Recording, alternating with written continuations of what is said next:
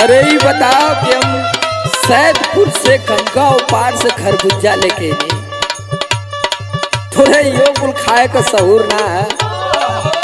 अच्छा अपने तो फारे होते ना, हमारे गलती देत बड़ा मर लगे पूरा यहाँ वाले छिट करला। अरे तू तो 8 साल के लइकन से भी फुहरन मत खाती। तो का करे, जैसे खाई है वैसे नहीं खाइबो। अरे खरबूजा कैसे खायल जाला तो के यो ना पता है।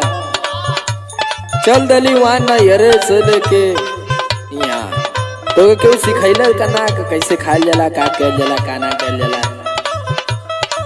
कभी मैं बीटेक करके आई हूँ, बीटेक ऐसे ही करल आदमी।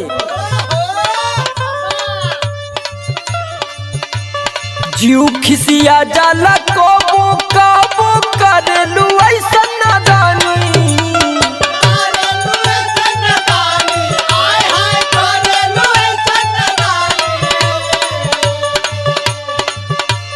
जीव खिसिया जाला कबो कबो करेलू ऐसा नादानी। त कैसे चाभेलू की चुएला टप टप खरबूजा के पानी।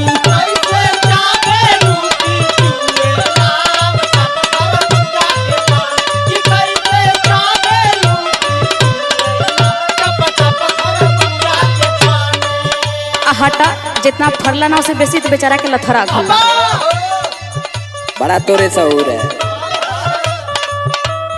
दिहिला गलती मोर बाकी रउवे नु भारतानी।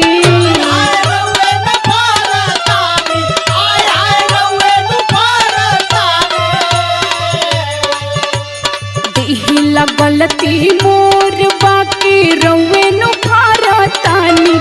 ऐसन चीजिए हो बोलनुआ हो एके पच्चा पच पानी।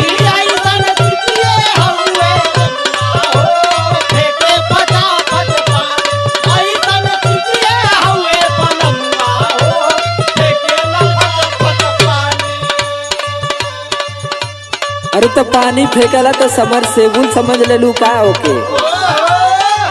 अरे खरबूजा आदमी बोलेला कि गर्मी में ताव न लगी, खरबूजा खा लिया। तब काहे हमके डांटत हुआ ही बतावा। काहे ना डांटी, कोनो चीज का सहूर ना। हम पपीता लिया तो ऐसे ही खाई काट के है, जैसे है वैसे ही ना खाए। तो कहते आमो न लिया के देवे लायक है। और ये बताओ कि कल हम नया नया बेडशीट लिया लनी डिमांड से, उसका भी तुम वाट लगा दी पूरा। अरे तो हम तो बिछोले रही सुते बदे, तब पे कहा के लगला हा। सुना, एको कपड़ा लत्ता सही छोड़लू ना, कुल पुरला मरलू एकदम। अरे बाप रे बाप। गंजी गमछा लुंगी तक चुआई देले बाड़ू, और ना तक कहला पे टेढ़ बोला ताड़ू। टेढ़ का बोलत है, इतना बोलते बड़ा तब का। गंजी गमछा लुंगी पचुआई देले बाड़ू, और ना त कहला पे टेढ़ बोला ताड़ू। हंसेलू मुहवा तो पिके का तोहरे से पूछा तानी।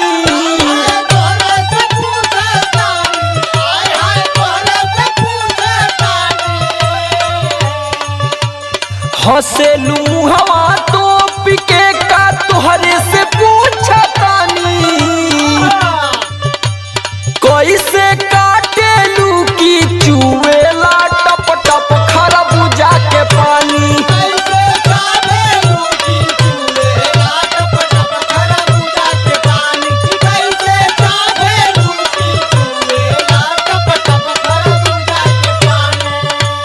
अरे ये तो आम बात है, ऐसा दागी तुम छोड़ा देवे। इतना कपड़ा का चार थे दागी ना छोड़ा दे।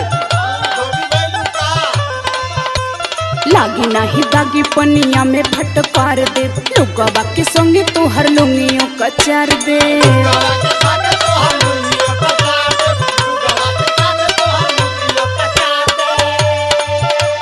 लागी नाही दागी पनिया में फटकार दे, लुगवा के संगे तोहर लुंगियों का चार दे। सोमर आलो के